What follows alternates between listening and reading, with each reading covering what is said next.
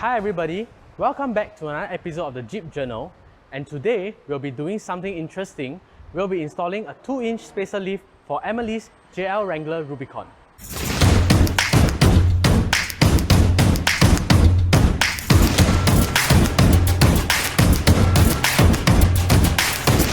Now, what we have today is AEV's 2-inch spacer suspension for JL Wranglers, and we have actually thought about it for some time. Is that we wanted to do a Mopar 2-inch lift just like my JL Wrangler Rubicon. However, because Emily is not going to go off-road that often, but she wants her car to be lifted and fit 37-inch tires, as such, we have decided to get a spacer lift instead of a full suspension lift. Now, AEV's 2-inch spacer suspension lift not only comes with the components needed, it also comes with their ProCal snap that allows you to calibrate your 37-inch tires or 35-inch tires to fit your needs without having to buy another programmer. Now, this is often called a budget boost. So today, let us start to unpack this kit and see what is inside. Now we have laid out all the parts of the 2-inch spacer lift from AEV on the table, and just let me give you a brief introduction. What you see here are the two spacers. They are made of very sturdy polyurethane, very heavy duty, and this is for the rear and this is for the front. And what you see here is actually the front and rear shock extension brackets, okay, and this is actually a pair of front sway bar links, and this is for your bump stop in the rear and for your bump stop in the front. So without further ado, let us actually, before we do anything to the car, let us actually make a height measurement of Emily's JL Wrangler to see what is the actual height before the lift, and I'm going to measure it again after the lift to see how much lift we have gained after doing this 2-inch budget boost. So now let's go.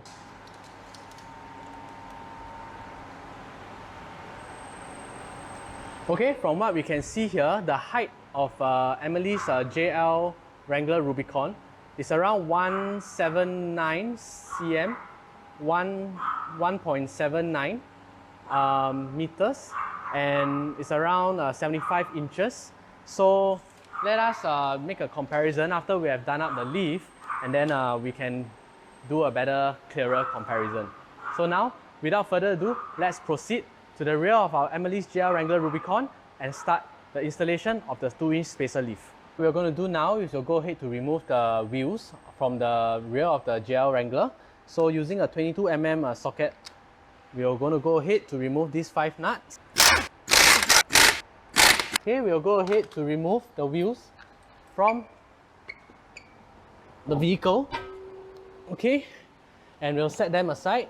Okay, now I've got Emily's JL Wrangler Rubicon lifted all the way up. Let me just explain to you guys what I'm going to do next. Next, I'm going to actually disconnect the shocks, okay, and the sway bar over here. And then I'm going to actually droop the whole axle down so that I can take out the springs, the rear coils over here. So what's going to happen before that is that we have to remove certain wiring to prevent when the axle actually droops down. You can prevent the wiring from binding or tearing. So one of the most important wiring in this axle is actually the electronic locker. So from here you can see that there's actually a wiring over here that you have to disconnect. So there is a white tab over here. Pull out the white tab, press on it, and you can disconnect the plug over here. And of course, we have to also remove the brake line brackets, which is actually over here. From what you can see, this is actually holding on to the brake line. So we have to remove this bracket so that you actually have enough play for the axle to droop down. So now we'll go ahead to remove this bracket before we droop down the axle. So now using a 13mm ratchet wrench, I'm going to remove this brake line bracket over here, and so I can release the brake lines.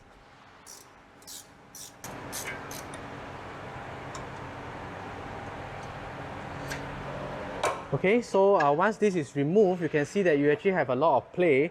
And one habit I have is that to prevent losing this hardware, since we're going to reuse them, I will actually thread it back into the actual hole so that I do not lose this bolt over here. Now next, we are going to remove this shock from the shock bracket over here by using a 19mm socket and a 19mm wrench. Okay, remove this bolt over here. Okay, pull out the shock.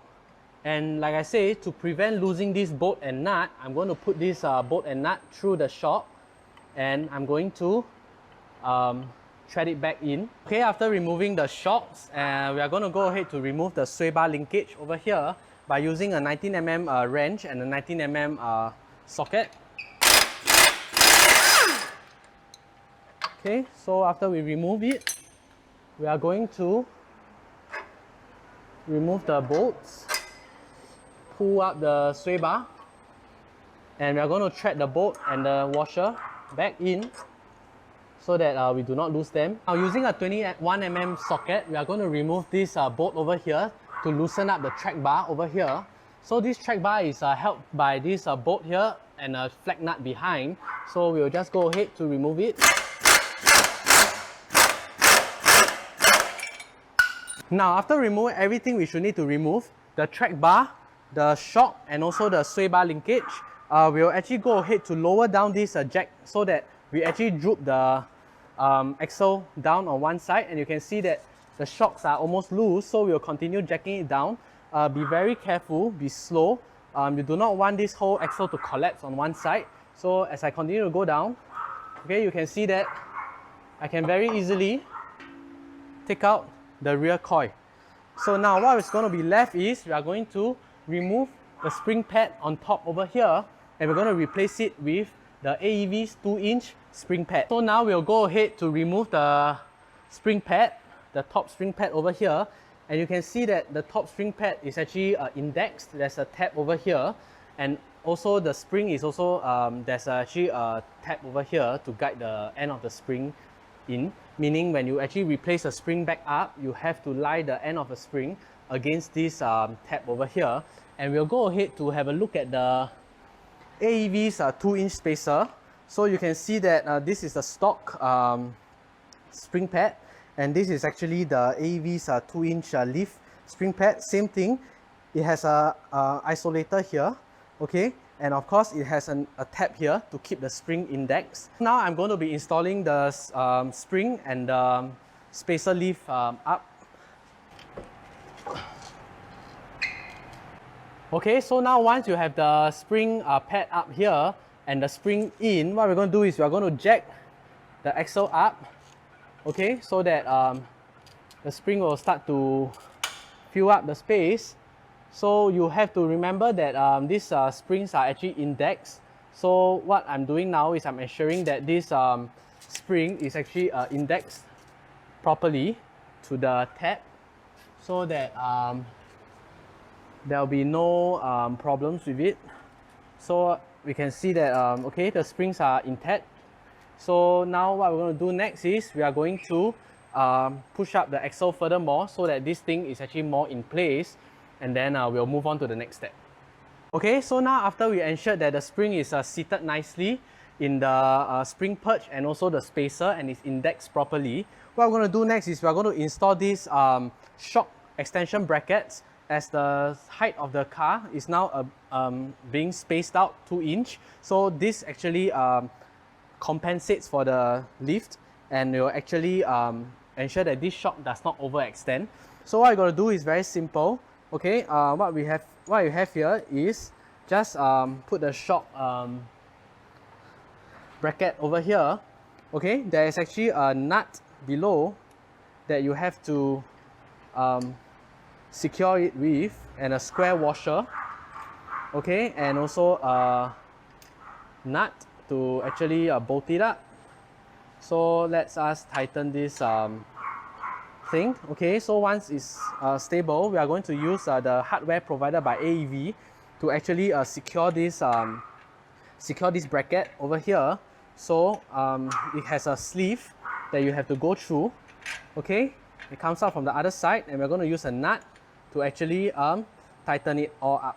So now that we have threaded everything in, okay, ensure that there is no any obstacle in the way. Then now we are going to tighten up all these bolts and nuts.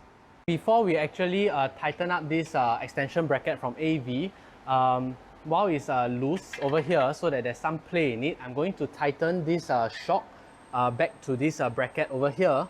So I'm going to tighten, remove this stock bolt and nuts, and I'm going to put the shock in. So if there is actually it doesn't line up, what you got to do is to further increase the height of the axle, okay, until the holes line up, and we can just put it in, okay, oops, okay, we can just put it in and then tighten up the bolts and nuts. So it's a little bit tight, that's why like I say, it's always good to keep this loose so that there's always room for some movement.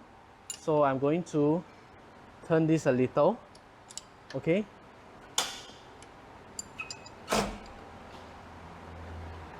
Okay, and there it goes. And we'll actually bolt the nut onto the bolt. And we'll go ahead to first tighten this shock bolt and nuts. Then we'll tighten the bolt and nuts for the AEV brackets. Using an 18mm wrench and a socket, we are going to tighten the bolts for the shocks. Okay, we'll go ahead to torque them up down later. Using an 18mm wrench and a socket, we are going to tighten the bolt and nut, and then later we will go on to torque them down to torque values. So as you can see, now that you have actually successfully installed the shock extension brackets and the shock, what we're going to do next is we are going to put back the sway bar end links and also to put back these brake line brackets. Now we'll install back the sway bar end links with this original factory bolt. So we'll go in here, through here, out, and we'll tighten them with a 18mm socket and wrench.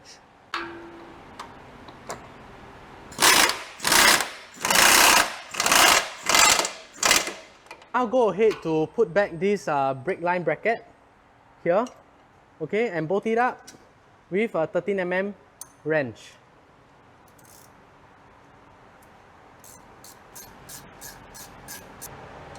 So now that we have completed bolting everything we need to bolt in, we are going to install the last component, which is this bump stop.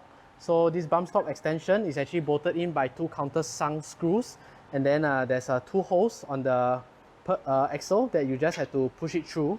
Then using a washer and a 15mm nut, we'll go ahead to tighten it up. Okay, that's one side, and we'll go ahead to tighten the other side.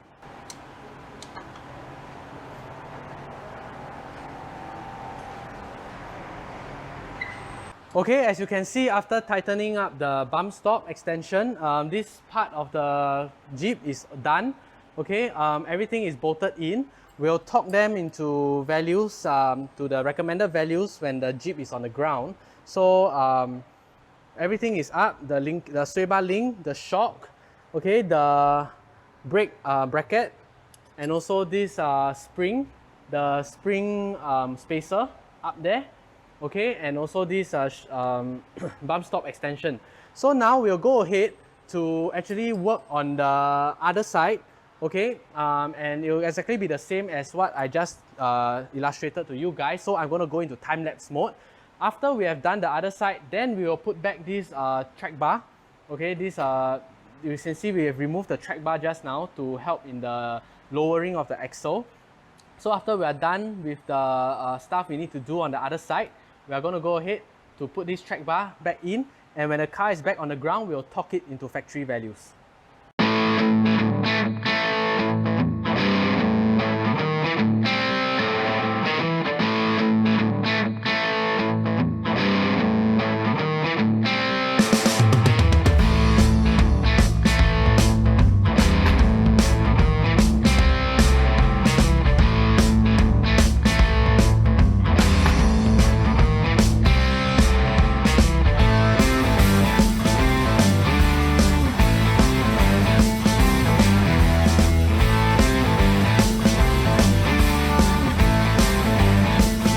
after we have fixed everything on the rear, okay, we'll now torque all the linkages that we actually removed back to spec. So for we'll do the sway bar linkages first. So for this sway bar bolt and nut is torqued to 60 foot-pounds. Okay. Okay, once you hear the click, you can just let go, and now we'll be back to the other side. Same thing. We'll be torquing it to 60 foot-pounds. Okay, so now the sway bar end links has been torqued to 60 foot-pounds. We'll go ahead to torque the shock bolt and nuts, both the same spec on the shock and also on the shock brackets. So for the bolt and nuts at the shock, we'll be torquing it to 75 foot-pounds. So let me adjust it a bit. Okay, and the other bolt. And now the other side, 75 foot-pounds. Okay, and the top.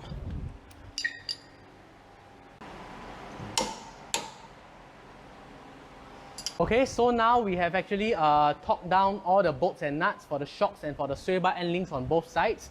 So this, the rear is already completed. All we have to do now is just to plug back this rear locker switch that we actually removed beforehand. So just push it in and then just give it a clip on the tab and secure it. As for the track bar, we'll actually reinstall it back and torque it down to spec when we have the full weight of the vehicle on the ground. So now we'll install back the rims, the wheels, and also we'll lower down the car, and then we'll put it on the ground, and then we will put back the track bar into place. So now we'll go on to put the wheels back onto the vehicle. So let's line up all the holes and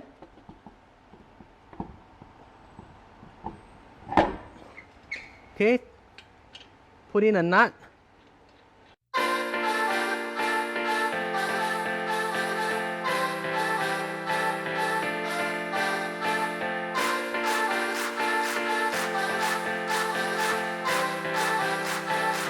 Okay, and we'll go ahead to tighten them down. Okay, and now I'm going to do the other side, and after that we'll go ahead to do the front lift.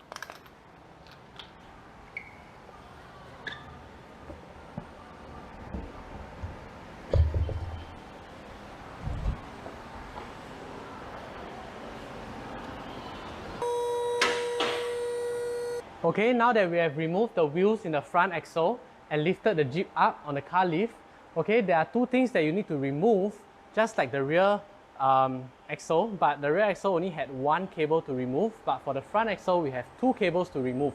One being the front lockers. So here it is, it's the same thing. Pull out the white tab, push it, and you can disconnect it. Okay, leave it aside. And the other side will be this FAD motor. We got to disconnect this wire over here, and you can remove the cable. Okay, so after you remove the FAD plug, we have to remove two more retainer clips on the FAD. So one is over here, so we'll actually have to remove this, okay, with a clip remover tool. You remove this, you have to also remove another retainer clip up here.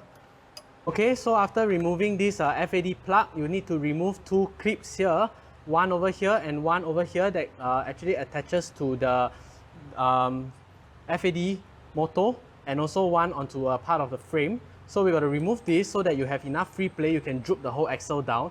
And furthermore, on the front axle, there's also another clip that you have to remove, okay, which is over here. Okay, you can see, let me point it out to you. This is the clip that you have to remove so that this thing will not be hung up when the axle is down. So let me get a good angle because it's kind of tight here. Okay, here we go. So now we have released the clip over here, so we can just hang this loose. And now we need to remove two more things that might get caught up, that might get hung up when the axle is being dropped down, which is the brake line bracket, one on this lower control arm here, and one more on the opposite side. So we'll go ahead to use a 15mm wrench to actually remove this bracket. 15mm wrench, we are going to be removing this nut over here. Okay, so it's a little bit tight from the coating that's on the nut. Okay, there we go. Okay, then we can remove this bracket over here, and like I say, to make sure that you do not lose any components, we'll thread the nut loosely back onto the lower control arm, and on the other side over here. There we go. Okay, now we'll be removing the front bolt and nut of the shock, and also remove the whole sway bar, front sway bar link, because we'll be changing it with the new sway bar links from AEV, and we'll go ahead to do that. Okay, now using a 18mm socket and a wrench, we'll go ahead to remove the lower bolts for the shocks, for the front shocks.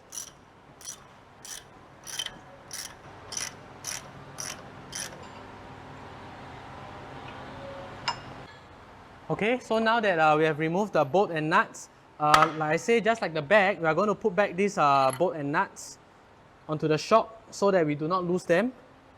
And now we'll proceed on to the front sway bar link. We'll remove the sway bar. 18mm socket and wrench, we are going to go ahead to remove these sway bar bolts and nuts.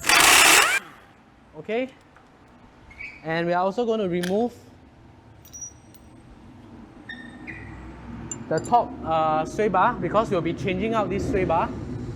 Using an 18mm socket, we are going to remove. Okay, now we have gotten what we want to take out of the front. We are going to go ahead to slowly lower the axle. So you can see that the axle is slowly being lowered.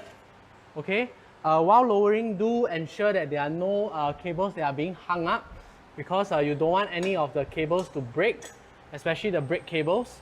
So I will continue lowering it, holding on to the spring, okay, just in case it pops up. So you can see that the spring is almost out. Okay, you just have to give it a nudge, and the front spring is out. And just like the back, we'll remove the spring bracket. It is actually indexed with two tabs. So now we're going to replace this tab with the spring perch for the AEV 2-inch lifts. Now that you have the 2-inch spacer lift from AEV, what we are going to do is we are going to push it in. There are two tabs here to help you locate and position the spacer. So you just need to follow the two tabs of the holes over here, and then you are more or less set. But you can see that it's a little bit loose, so we are going to have to put it on top of the spring. At the same time, we are going to be putting the front bump stop from AEV here on the front. So we've got to take out the bolt and nut, but we'll leave the bolt in. We'll take out the nut.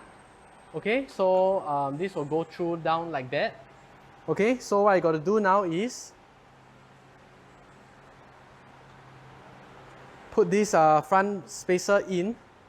Okay, push up this 2-inch spacer, push it up. Okay, and just very slowly nudge your way in.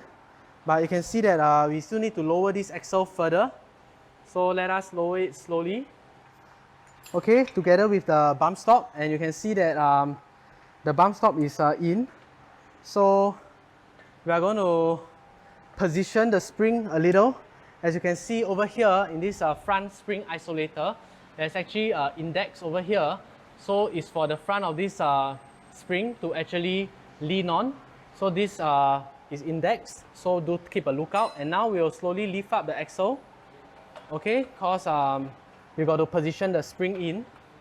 So slowly lift it up, ensure that everything is okay.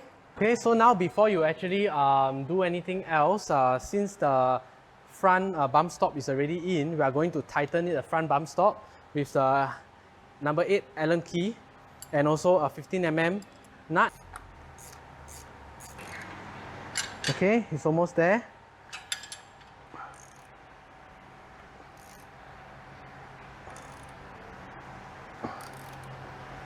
Okay, so now that we have secured the bump stop, okay, we are going to go ahead to finish up this spring. So double checking that this 2-inch spacer is in place. Okay, remember the spring isolator I did remind you guys of. So you got to make sure that this spring is actually lying against this spring isolator. Make sure that it's indexed. Okay, and then you can slowly raise up the axle. Okay, and you can see that axle will slowly go back into place.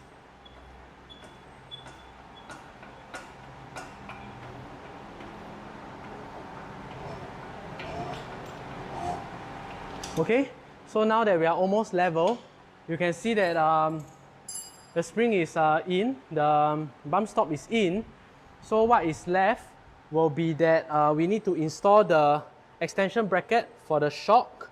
We will now proceed to install the extension shock brackets over here, where the original shock was attached to. So make sure everything is in place.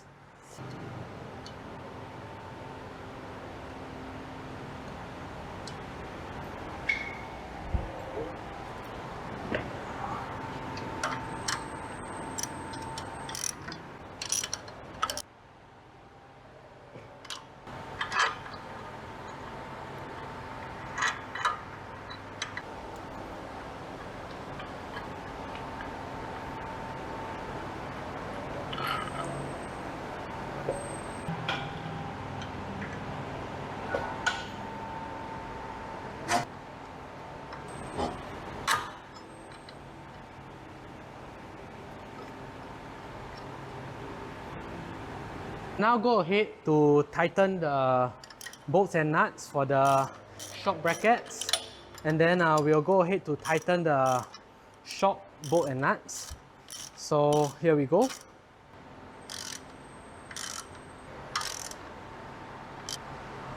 Okay, and the top.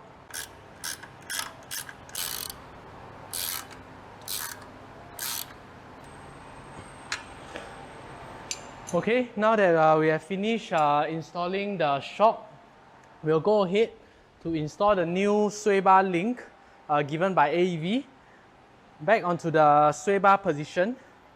So over here, then let us secure it in.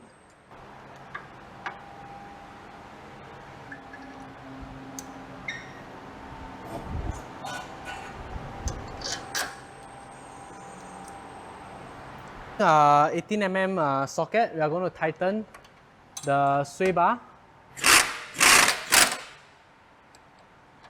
Okay, and one more at the top.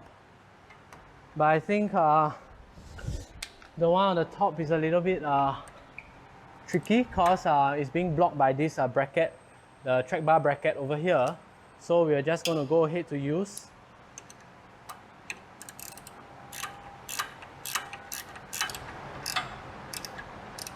Okay, now we have finished tightening up everything, the shock, the spring, okay, the spacer, the new sway bar links. Okay, we'll now go ahead to do the other side. And like I said, the other side is exactly the same as this right side of the car. So we'll just do a time lapse on it to speed up the time. So we'll go ahead to do the other side.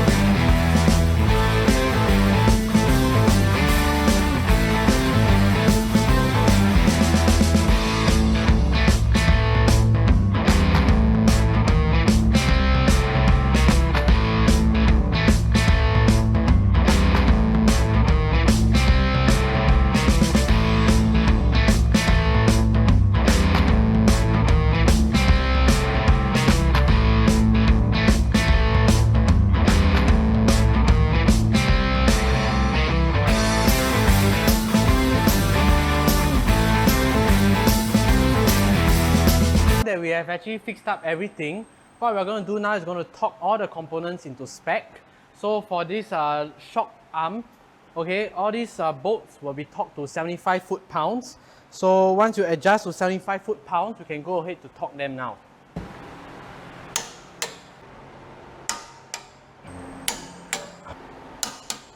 So we have torqued the shock bolts and nuts. We will go ahead to torque the sway bar endings to 60 foot-pounds torque. Okay.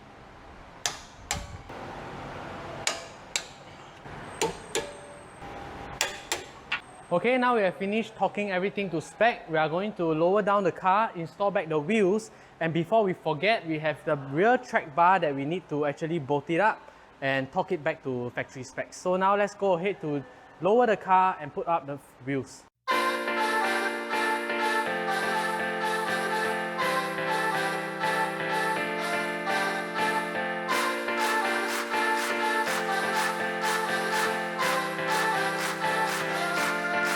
We will now go ahead to use a 22mm socket to tighten them up.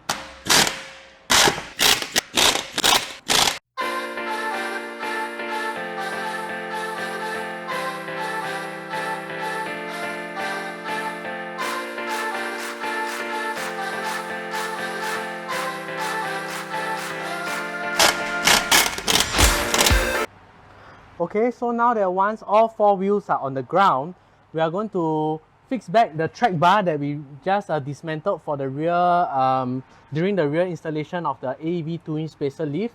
So what I'm going to do now is line up the track bar hole and push it in, okay, and use the flag nut that we have here to go behind, and we can start to tighten it.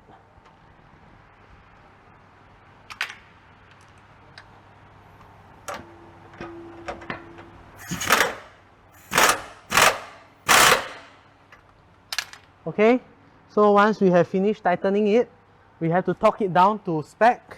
So we'll go ahead to grab my torque wrench. Okay, so now grabbing the torque wrench, we got to adjust it to 90 foot-pounds. That's for the rear track bar. So just adjust it almost there, okay, and then tighten it up. So using a 21mm socket, we'll go ahead to torque down the track bar.